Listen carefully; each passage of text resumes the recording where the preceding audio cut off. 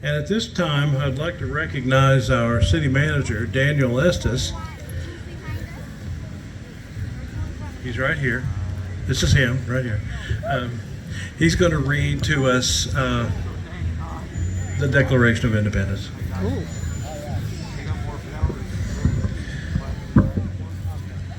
On this, our nation's 250th anniversary, it's fitting that we take a moment to reflect upon and contemplate the foundations of a nation such as ours, a nation of the people, by the people, and for the people.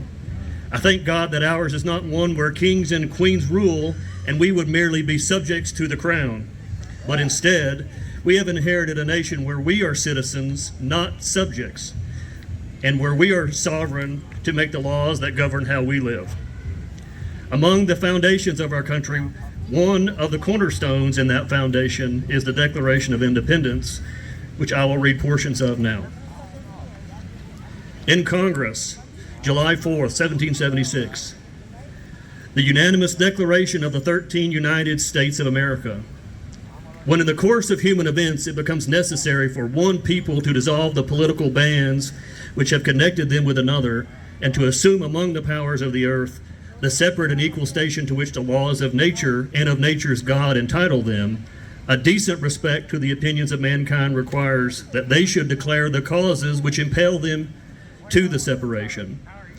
We hold these truths to be self-evident, that all men are created equal, that they are endowed by their Creator with certain unalienable rights, that among these are life, liberty, and the pursuit of happiness, that to secure these rights, governments are instituted among men, deriving their just powers from the consent of the governed.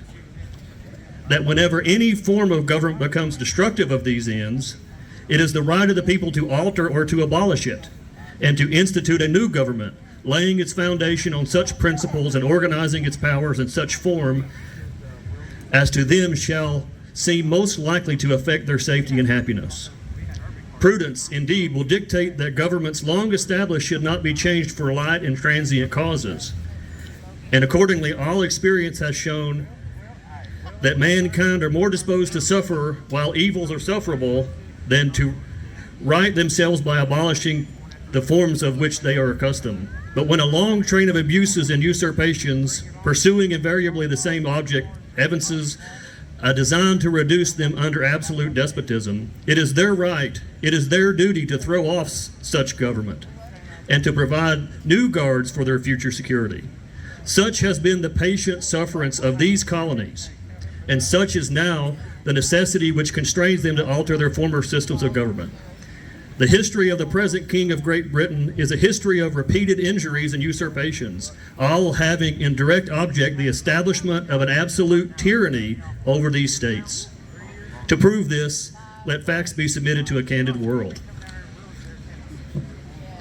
At every stage of these oppressions, we have petitioned for redress in the most humble terms. Our repeated petitions have been answered only by repeated injury.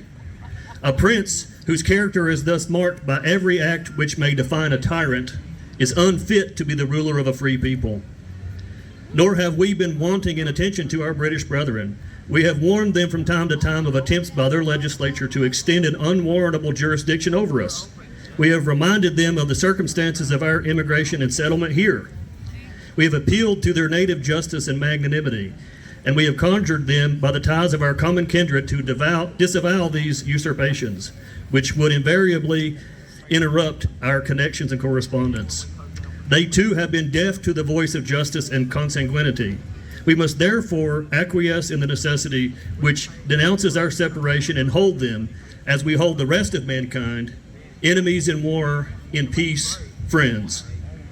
We, therefore, the representatives of the United States of America in General Congress assembled, appealing to the Supreme Judge of the world for the rectitude of our intentions, do, in the name and by the authority of the good people of these colonies, solemnly publish and declare that these united colonies are, and of right ought to be, free and independent states, that they are absolved of all allegiance to the British Crown, and that all political connection between them and the state of Great Britain is and ought to be totally dissolved, and that as free and independent states, they have full power to levy war, conclude peace, contract alliances, establish commerce, and to do all other acts and things which independent states may of right do. And for the support of this declaration, with a firm reliance on the protection of divine providence, we mutually pledge to each other our lives, our fortunes, and our sacred honor. And on July 4th, exactly 250 years ago, to this document were sent 56 signatures of the representatives of the 13 colonies, there assembled as the United States of America. Thank you.